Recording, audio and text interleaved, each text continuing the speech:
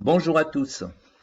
Alors, c'est avec un peu de tristesse, au vu de l'actualité de ce dimanche après-midi, que je me suis enfin décidé à vous faire une petite vidéo sur, à la suite de la dernière réunion avec iMarketing.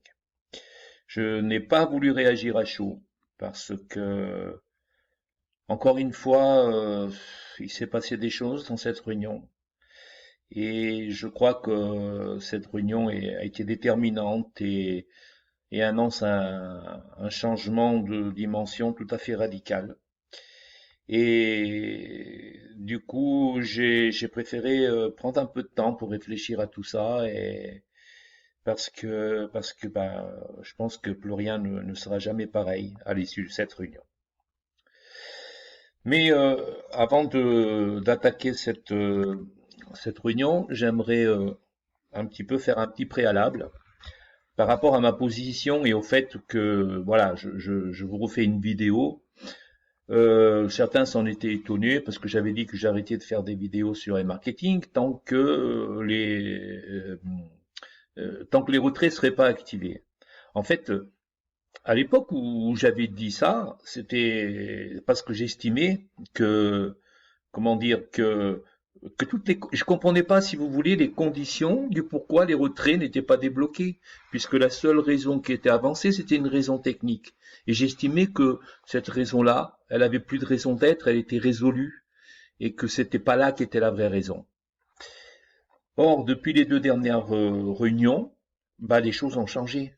Parce que lors de l'avant-dernière réunion, on a vu que le blocage était volontaire, hein, que c'était pas, il disait enfin que c'était pas une question technique.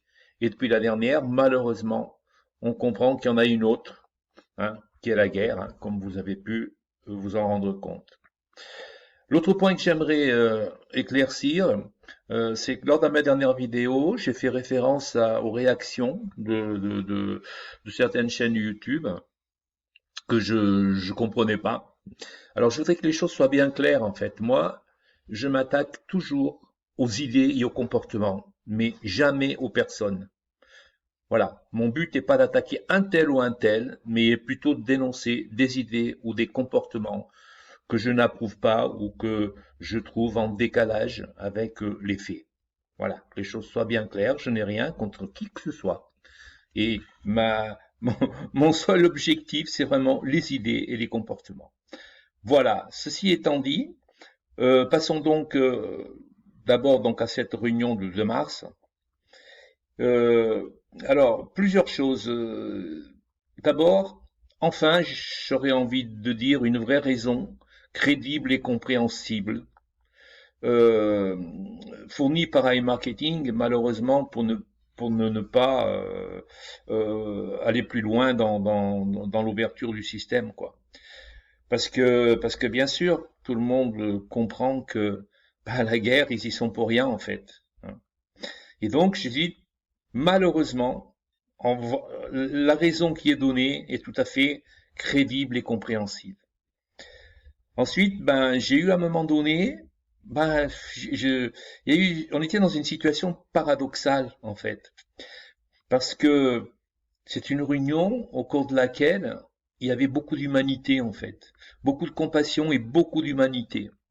Ce qui contrastait avec les précédentes réunions où Eugène avait un comportement robotique, je dirais, et bon, répondait à côté, etc., quoi. D'ailleurs, beaucoup d'entre nous doutent de l'existence réelle de Gênes et pensent que Gênes est un robot. Et bien là, pour une fois, il y avait de l'humanité, tant d'un côté comme de l'autre, quoi.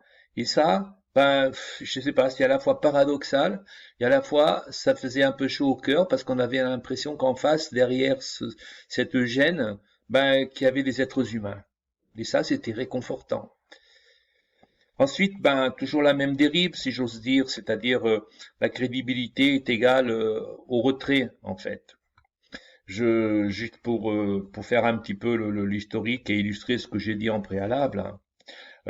On était d'abord bloqué au niveau des retraits, donc par le traitement des remboursements qui n'est toujours pas terminé. Ensuite, ben, ils ont mis en avant la preuve de paiement aux agrégateurs et le paiement des agrégateurs. Et puis là, ben, il y a eu des choses nouvelles. Ils ont confirmé que les retraits ne fonctionneront pas, pardon, tant que tout ne fonctionnera pas, hein, et pas effectivement que le traitement des remboursements. Il y a eu aussi que la guerre et les conditions des sanctions font que ben, les agrégateurs, d'après ce qu'ils disent, leur demandent de prouver qu'ils sont pas russes, hein, euh, parce que bah, quand ils ont créé des comptes, etc., bah, dans certaines situations, ils avaient la nationalité russe et du coup, eh ben, les agrégateurs bloquent les comptes. Voilà. Alors, ils nous ont aussi dit que tout l'argent n'était pas bloqué. C'est-à-dire parce qu'on se demande tout l'argent gagné depuis des mois. Voilà, tout le monde se pose la question.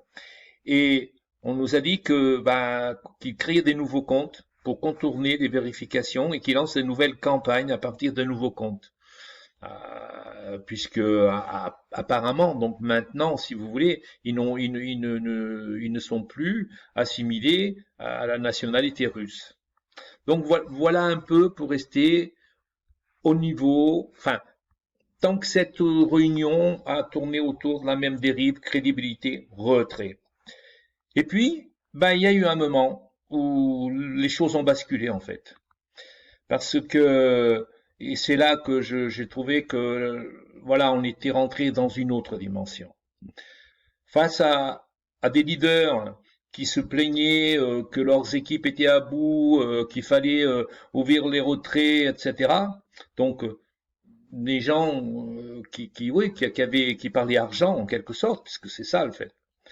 Eh bien, la réponse d'I-Marketing, elle a été cinglante et pleine d'humanité. Enfin, moi, c'est ça qui m'a touché dans cette réunion, quoi. Ils ont dit, une partie de notre équipe est bombardée en ce moment.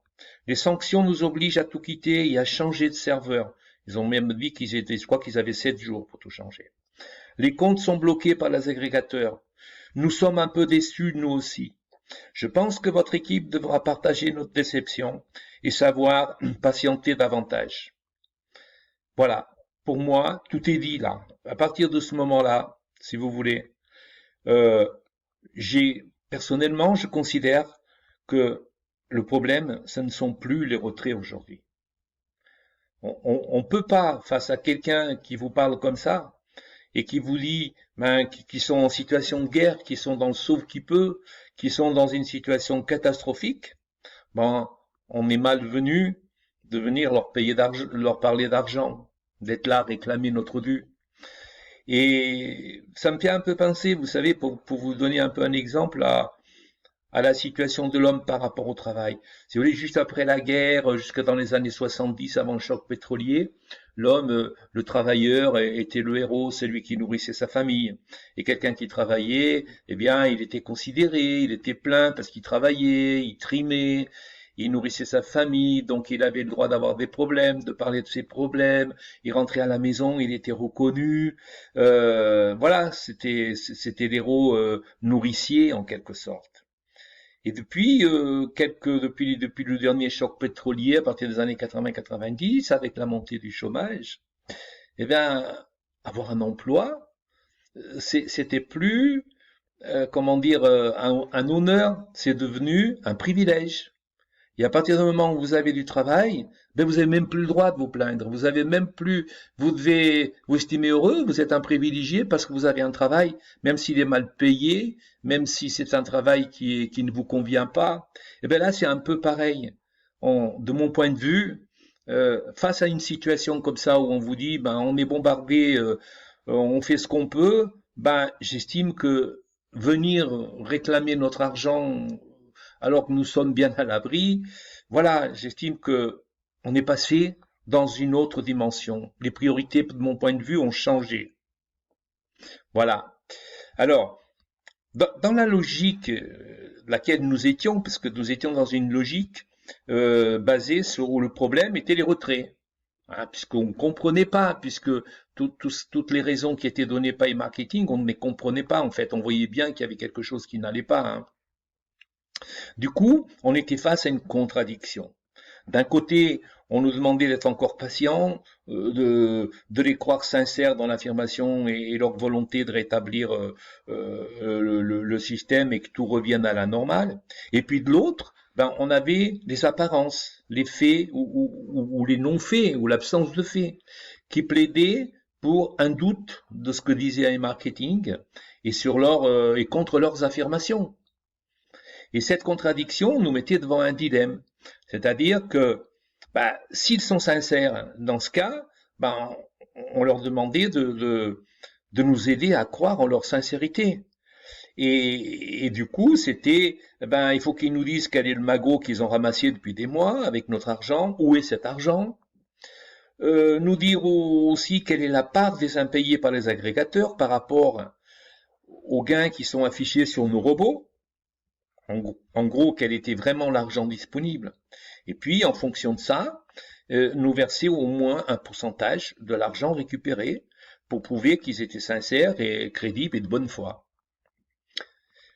Soit e-marketing n'était pas sincère, et on peut douter de leur volonté et de leurs affirmations de vouloir tout rétablir.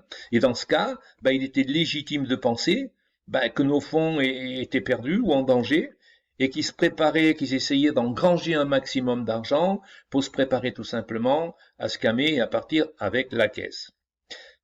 Or, dans ce cas-là, je pense que notre intérêt est de tout faire pour être fixé au plus vite. Jusqu'à maintenant, c'était le paiement en fait, parce qu'on comprenait pas les raisons. Et puis un autre facteur, c'est que nous savions depuis pas mal de temps, c'est ce qui nous avait aidé plus ou moins à croire en iMarketing, que iMarketing n'était pas un scam au sens propre du terme par l'existence des agrégateurs qui eux-mêmes confirmaient travailler avec iMarketing. Mais aujourd'hui, même les agrégateurs doutent iMarketing, doutent de l'honnêteté d'iMarketing, puisqu'ils ont demandé à iMarketing de prouver qu'ils versaient bien des fonds aux utilisateurs. Et moi, en fait, je me dis que au lieu d'être nos ennemis, dans une logique où les problèmes sont les retraits, je dirais que les agrégateurs sont presque devenus nos alliés, car iMarketing, dans cette logique-là des retraits, n'a pas été correct avec nous. En tout cas, c'est la perception qu'on en avait, puisque on comprenait pas pourquoi tous ces reports, pourquoi est-ce qu'il y avait toujours une raison, etc. Donc on pouvait s'imaginer, que iMarketing inventait toutes les situations, nous disait pas la vérité. Et puis, nous sommes donc passés de cette logique avec cette déclaration et cette guerre, nous sommes passés de la logique où le problème était les retraits à une logique où les retraits, ce n'est plus le problème. Car qu'iMarketing ait l'intention puisse ou ne puisse pas, la guerre a tout changé. Ce qu'ils ont dit avec beaucoup d'humanité, beaucoup de bon sens, ça change complètement la donne. Car la guerre amène des nouveaux problèmes. Ils doivent déplacer des serveurs, ils disent qu'ils ont manque de personnel parce que beaucoup de gens qui travaillaient pour eux semblent être mobilisés pour la guerre. Le fait que la nationalité russe pose des problèmes par rapport aux sanctions économiques. Des nouveaux soucis avec les agrégateurs qui leur demandent des preuves de nationalité qu'ils ne sont pas russes, que leurs comptes ne sont pas russes, des vérifications, des blocages de cashback. Et puis, tout ça viendra forcément renforcer la logique qui avait été annoncée par iMarketing, qui est si tu me payes pas, je paye pas, et si je paye pas, je peux pas te fournir de preuves parce que tu me payes pas, quoi. Donc on se mord la queue, quoi.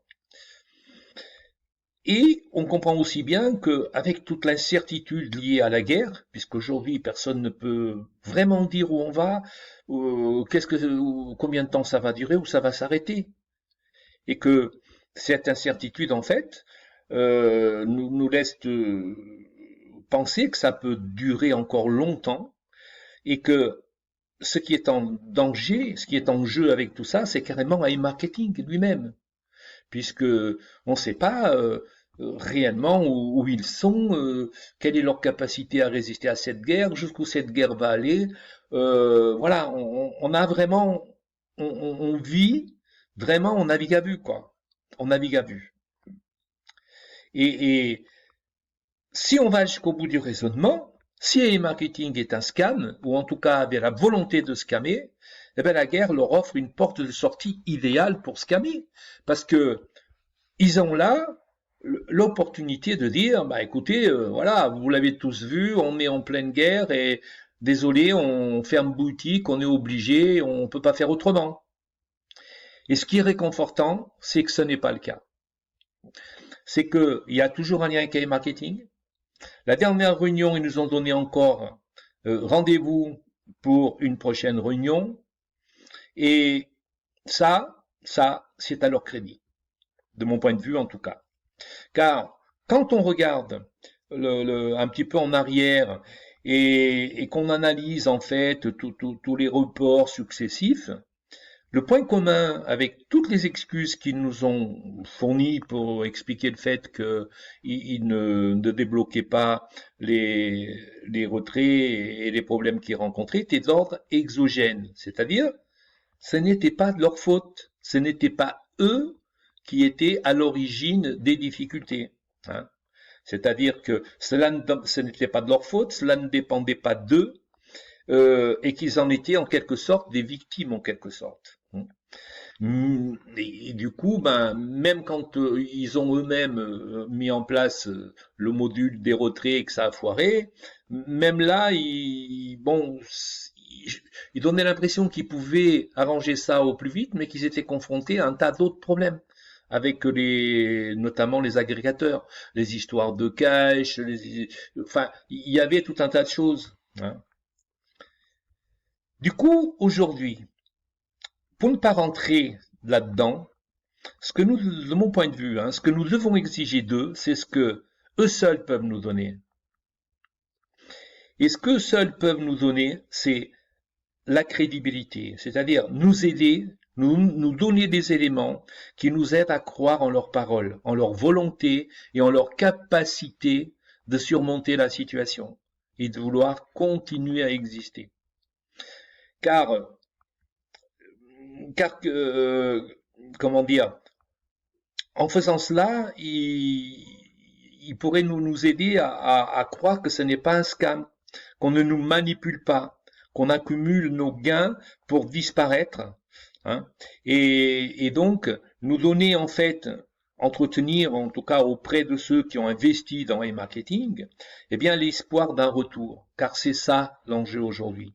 Au-delà des retraits, c'est qu'on garde l'espoir que malgré ce qui se passe, malgré les difficultés, malgré la guerre, eh bien qu'e-marketing nous dise, en tout cas, nous donne quelques éléments que eux seuls peuvent donner, ils dépendent de personne, pour nous dire, eh bien, croyez-nous, parce que voilà pourquoi, parce que tout le mystère qui est autour d'e-marketing, toutes les raisons qu'ils nous ont données jusqu'à présent, on ne les comprend pas, on ne les perçoit pas. Hein. La seule qu'on perçoit clairement, et qu'on a tous perçu d'un coup, c'est la guerre. Parce qu'on comprend qu'effectivement, ça, on ne peut pas dire le contraire. Voilà. Donc, c'est entretenir l'espoir, nous aider à entretenir cet espoir. Alors, pourquoi ça? Parce que attendre avec iMarketing, c'est pas le problème. Parce que ce qui est problème, c'est de douter que cela puisse continuer. C'est de penser qu'il puisse disparaître, que ça s'arrête du jour au lendemain.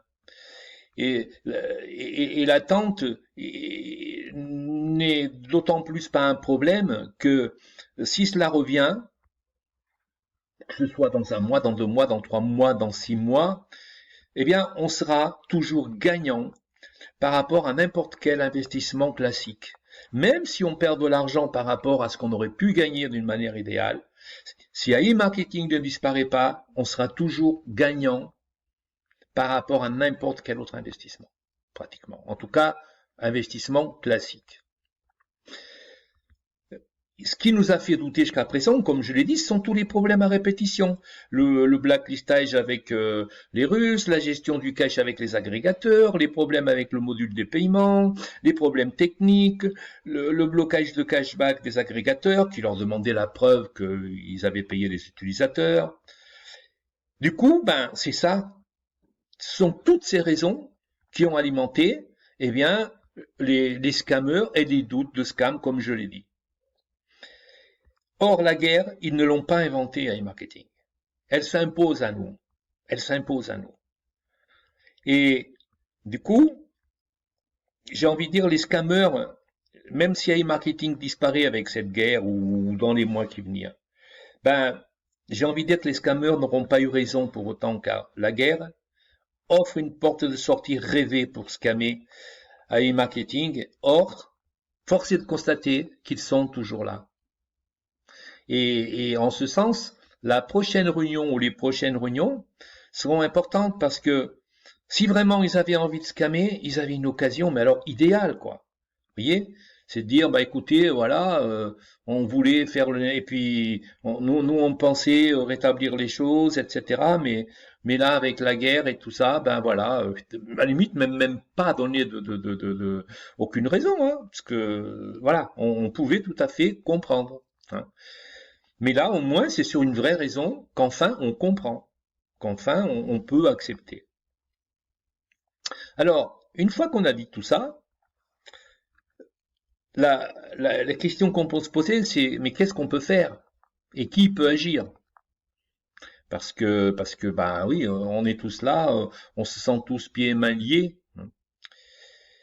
Il y a quand même une chose, comme je l'ai dit, qui est très très positive, c'est qu'il y a toujours un lien avec e-marketing. Et ça, c'est vraiment la chose je veux dire, on peut ne pas approuver leur façon de communiquer, mais forcer de reconnaître qu'ils ne se sont pas défilés et qu'ils viennent systématiquement, périodiquement, euh, eh bien, discuter, dire des choses et non pas couper ce lien. Alors, parmi les acteurs qui sont liés donc à e-marketing, nous d'abord, les investisseurs. Alors parce que moi j'entends ici et là des gens me dire oui, ben je crois qu'il faudrait qu'on arrête d'investir parce qu'ils sont en train d'accumuler notre argent et le fait de réinvestir notre cashback, on ne fait que les aider un peu plus et alors qu'on ne peut pas retirer. Alors moi je pense que il faut continuer à réinvestir. Il faut bien vous dire une chose. Si e-marketing joue avec notre argent, fait fructifier notre argent pour gagner un maximum d'argent et partir avec la caisse, croyez-moi, ils n'ont pas besoin que vous appuyiez sur un bouton quelconque pour investir l'argent. Le fait que vous puissiez investir votre cashback, comment dire, ils ne dépendent pas de ça. Ils ont tout à fait les moyens d'investir l'argent sans avoir besoin que vous appuyiez sur un bouton. Donc, nous, notre seule porte de sortie, c'est de croire que cela va revenir, parce que si on pense que cela ne reviendra pas, on arrête là, c'est fini, c'est même pas la peine d'aller plus loin. Par contre, bah, s'il y a une seule carte à jouer, c'est penser que ça va revenir. Et si ça va revenir, votre intérêt, c'est de réinvestir au maximum votre cashback.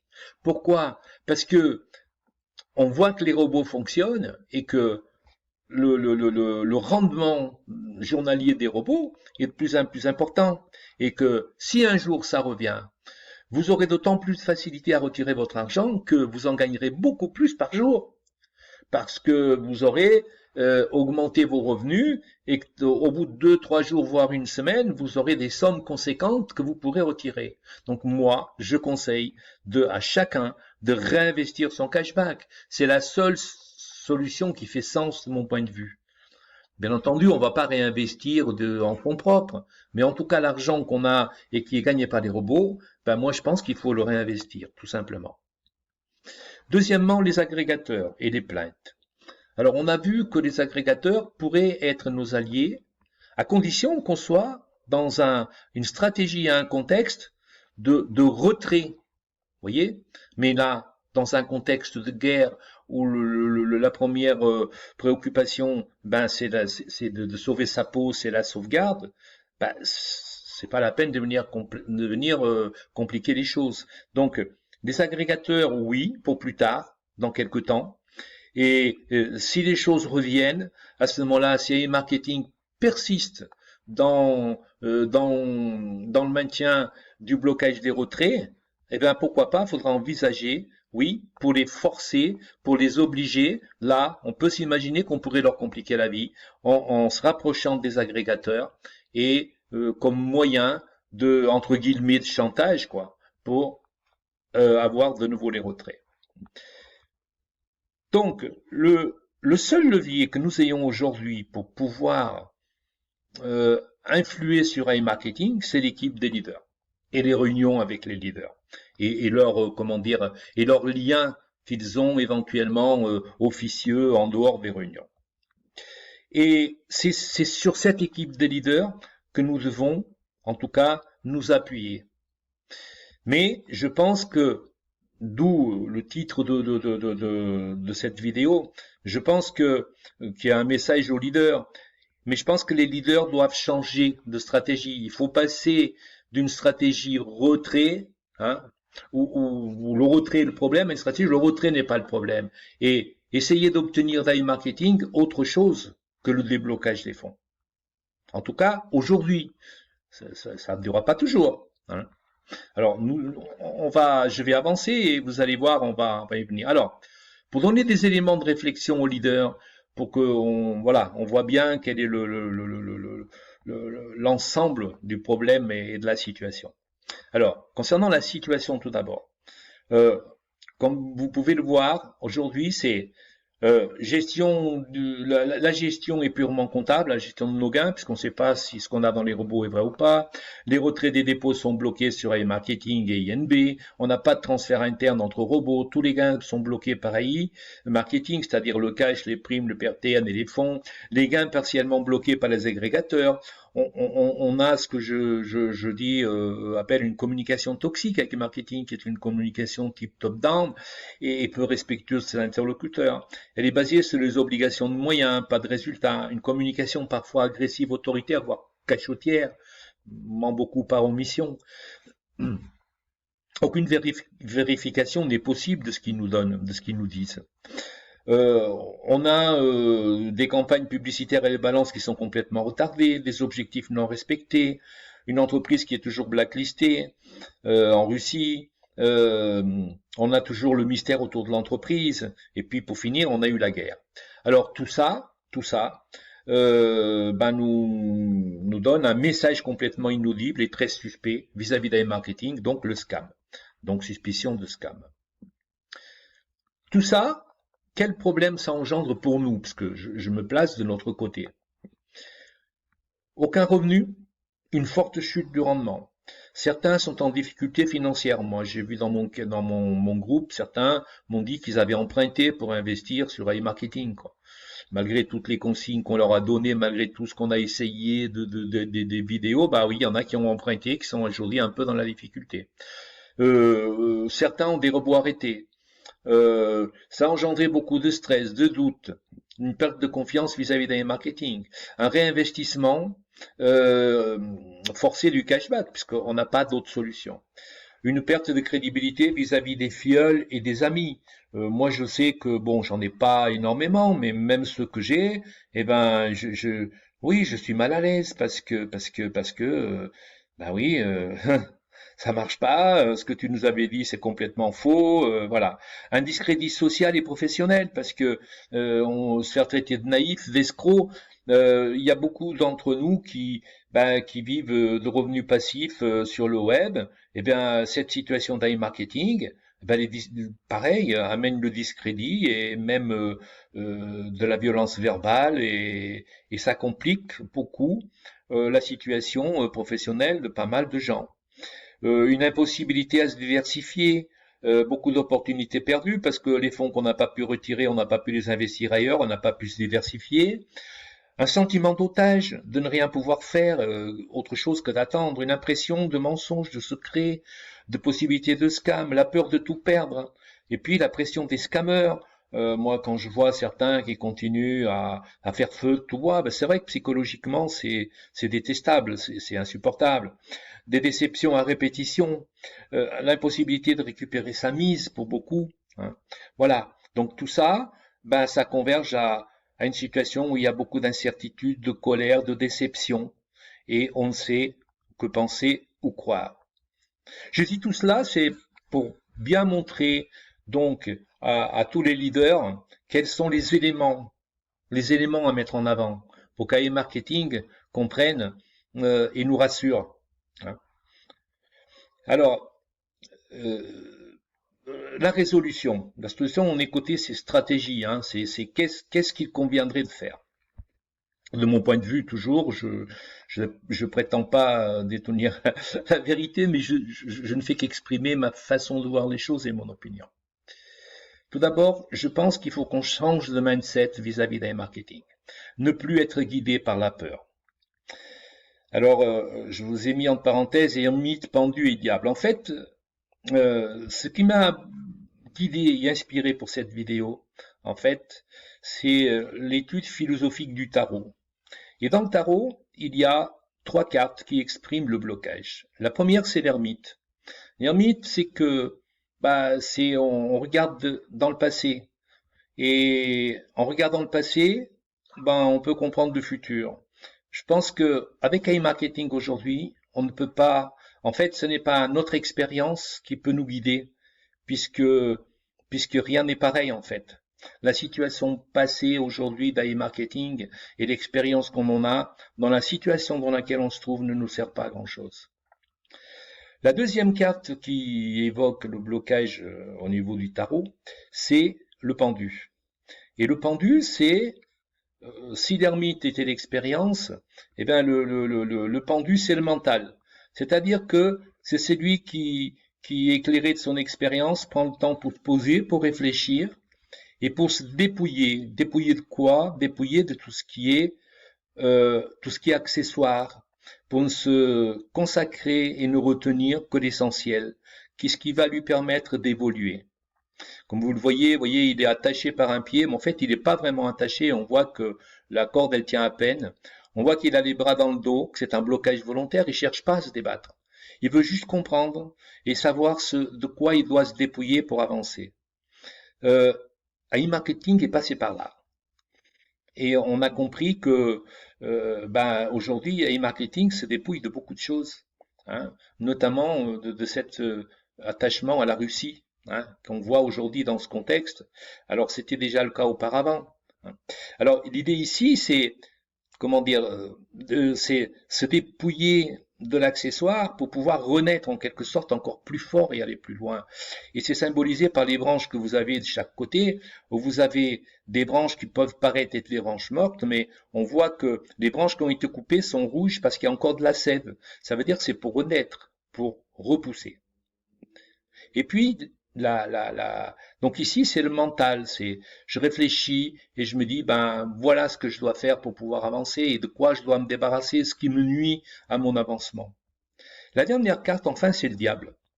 Et dans le diable, c'est plutôt, c'est nos émotions, c'est nos dépendances, c'est se libérer de tout ce de nos croyances, nos valeurs qui nous emprisonnent, en fait. L'idée, elle est là.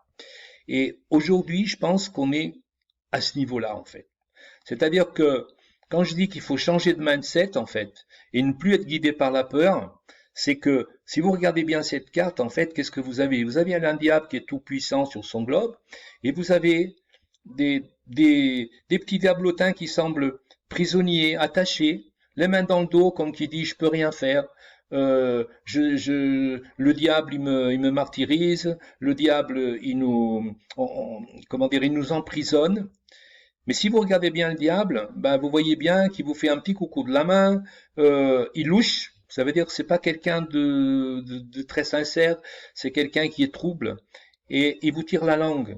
Ça veut dire qu'en gros, il se fout de votre gueule parce que lui, il sait très bien que vous n'êtes pas bloqué.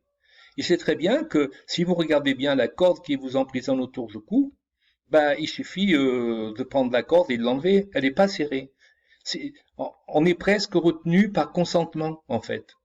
On pense que ce sont nos addictions, que tout ça, et qu'on peut pas s'en débarrasser, alors qu'en réalité, si on n'est plus guidé par la peur et que si on prend les choses en main, on peut peut-être y arriver. Et donc, c'est un peu ce que, voilà, vous voyez, ces trois successions, ces états de blocage par lesquels on est passé avec iMarketing, qui m'ont un peu inspiré pour construire cette vidéo. Et aujourd'hui, je dis voilà, il faut se libérer de ce diable, ne plus être guidé par la peur. Il faut changer de logique, comme je vous l'ai dit. Donc, dans les échanges avec iMarketing. C'est-à-dire ne plus se focaliser sur le retrait, mais à la limite demander à iMarketing de jouer carte sur table et de nous donner quelques éléments qui nous permettent de croire en eux, quoi, de croire qu'ils vont revenir, que tout ça est temporaire. Attendre, ce n'est rien. Nous sommes prêts à attendre, à condition qu'iMarketing nous donne aussi quelques éléments pour croire en eux. C'est pas le tout de nous demander de faire confiance. À un moment donné, il faut aussi donner quelque chose. Il faut aussi un petit peu que les leaders, de mon point de vue, devraient changer le mode de communication avec iMarketing. Davantage préparer les réunions et davantage s'affirmer. Parce qu'aujourd'hui, voilà, ils arrivent, ils savent pas ce qui va être dit, il n'y a aucune question préalable. Quand Eugène se met à tousser, tout le monde est enrhumé. Il exclut un tel parce qu'il a commis un crime de lèse-majesté. Et ça, il faut que l'équipe de leaders arrive à faire comprendre à iMarketing qui sont leurs partenaires, que si l'équipe a besoin d'iMarketing, iMarketing aussi a besoin d'eux. On a besoin les uns des autres. Et ça se traduit par ce que j'appelle le principe d'homéostasie relationnelle, c'est-à-dire introduire davantage d'échanges dans ces réunions. Parce que, et ne pas être une réunion à sens unique, quoi, où iMarketing dit comme ça, et puis quand ça leur plaît pas, ils disent, voyez point machin, prouvez-nous. Enfin, à un moment donné, il faut qu'il y ait un véritable échange. Et ça, pour qu'il y ait échange, il faut qu'il y ait il faut qu'il y ait une réaction. Parce que s'il n'y a pas de réaction, rien ne changera. Et moi, j'invite l'équipe des leaders à réfléchir à ça. Comment faire pour changer un peu ce mode de communication et introduire de l'homéostasie, c'est-à-dire que leur réaction, que ce qui se passe globalement au niveau de la réunion, dépendent des réactions des uns et des autres, et pas simplement de celles d'Eugène, en fait.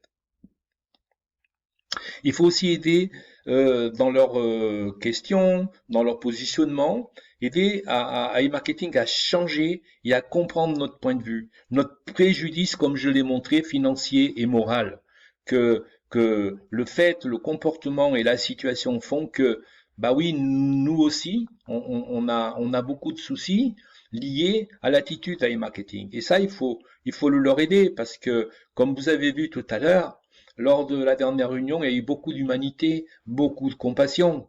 Or, si iMarketing accepte l'humanité et la compassion à leur égal dans leur situation, ils doivent aussi l'accepter vis-à-vis de nous.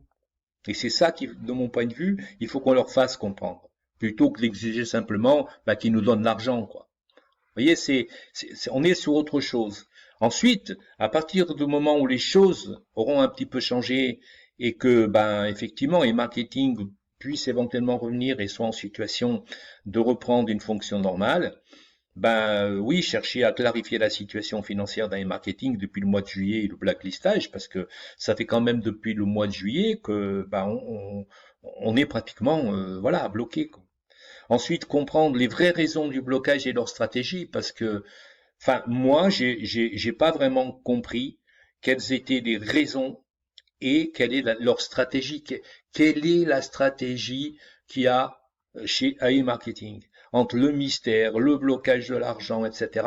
J'avoue que j'ai vraiment beaucoup de mal à comprendre quelle est leur stratégie. Et puis, le déblocage des retraits, in fine, au moins partiel. C'est-à-dire que même s'il y a de l'argent qui est bloqué, je sais pas où, ils doivent pouvoir, ne serait-ce que 5-10%, mais ils doivent à ce moment-là, une fois que les choses reviennent normales, ils doivent pouvoir nous débloquer un peu d'argent. Et puis, dernier point, et là, je m'adresse directement aux leaders, il faut sortir du jeu des égos et des intérêts financiers. Comment dire?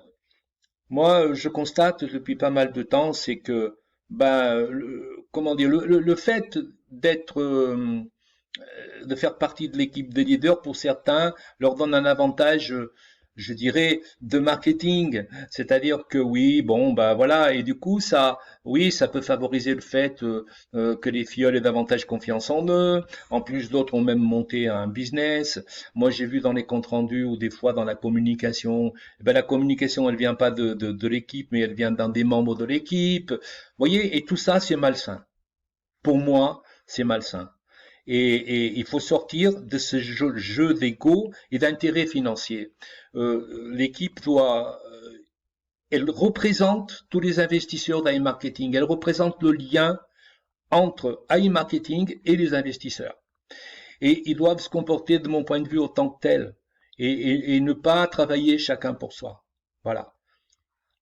Alors, pour donner quelques exemples de ce que je viens de dire, information, c'est-à-dire détailler un peu, ça veut dire que il faut pas avoir peur du clash avec Eugène quand c'est nécessaire, qu'il faut pas accepter qu'Eugène exclue quelqu'un ou se soumettre à la parole d'évangile d'Eugène. Si on estime qu'il pédale dans la choucroute et qu'il nous prend pour des imbéciles, faut pas, de mon point de vue, il faut pas hésiter à le faire savoir. Ensuite, dans ces réunions, je pense qu'à terme, alors je sais que c'est pas facile, j'ai discuté avec un des membres qui m'a expliqué que les leaders, ils sont chacun dans leur pays, ils sont une quarantaine, que chacun a sa personnalité, que tout le monde n'est pas d'accord. Bon, mais il faudrait arriver à ne plus s'exprimer de façon individuelle, mais désigner un rapporteur. Car s'il y en a un qui rapporte les questions, eh bien, iMarketing ne peut pas l'exclure parce qu'il va s'exprimer au nom du groupe. Je sais que c'est pas facile encore une fois, mais il faut travailler en ce sens, de mon point de vue. Il faut aussi, de mon point de vue, préparer des questions en amont et les adresser avant la réunion et indiquer dans les questions quelle serait la réponse souhaitée. Quelle serait la nature de la réponse qu'on souhaiterait avoir, pour éviter que Eugène parte dans des digressions, dans des choses qui n'ont rien à voir avec la question. Éventuellement, avoir le courage de ne plus assister, de refuser d'assister à des réunions s'ils estiment que leurs questions restent sans réponse. Parce que bien souvent, on se demande bien pourquoi on fait des réunions, quoi. Je parle pas des deux dernières, parce que les dernières ont été un peu spéciales. Et puis, à l'issue des réunions, produire un compte-rendu commun et non nominatif du groupe. Entre guillemets neutre. Alors, je dis neutre et je l'ai mis en jaune pour une bonne raison, c'est que j'ai été content de voir que le dernier compte-rendu qui a été publié sur la communauté iMarketing.fr, était un compte-rendu neutre. Il n'était plus à l'entête d'un ou d'un autre quelconque des leaders. Ça, pour moi, voilà, c'est l'illustration de ce qu'il faut faire à l'avenir. Voilà. Donc bravo d'avoir pris cette initiative, bravo d'avoir fait ça, parce que c'est ça qui doit être fait.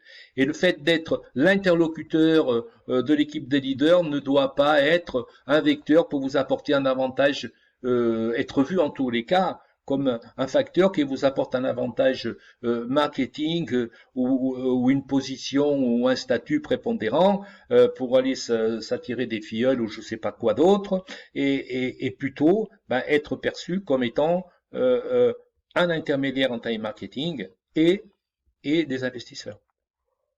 Voilà.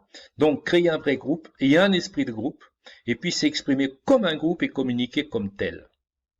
Pour résumer tout ça, voilà, j'estime que dans la situation dans laquelle on est aujourd'hui, eh bien, le message à faire passer, de mon point de vue, à iMarketing, c'est de leur dire que nous comprenons leur situation, que nous sommes prêts à attendre qu'ils résolvent leurs problèmes et que la situation liée à la guerre s'améliore pour débloquer les retraits. Mais en contrepartie, ils doivent aussi comprendre notre situation, ce que j'ai expliqué tout à l'heure. et nous dire pourquoi nous devons les croire, pourquoi ils ne sont ou ne seront pas un scam et pourquoi ils n'utilisent pas notre argent, ne sont pas en train de l'accumuler pour s'en aller. Ils doivent nous donner des éléments et ne pas en tout cas, c'est le message qu'il faut essayer de leur faire passer. Hein. Et bien leur faire comprendre que si nous avons de la compassion et nous sommes complètement, mais avec eux, à côté d'eux, par rapport à la situation actuelle de la guerre, ils doivent aussi faire preuve de la même chose et de la même compassion à notre égard, notamment vis-à-vis de ceux qui sont dans la difficulté ou pour qui la situation d'AE Marketing, ou en tout cas leur attitude, complique un peu la vie.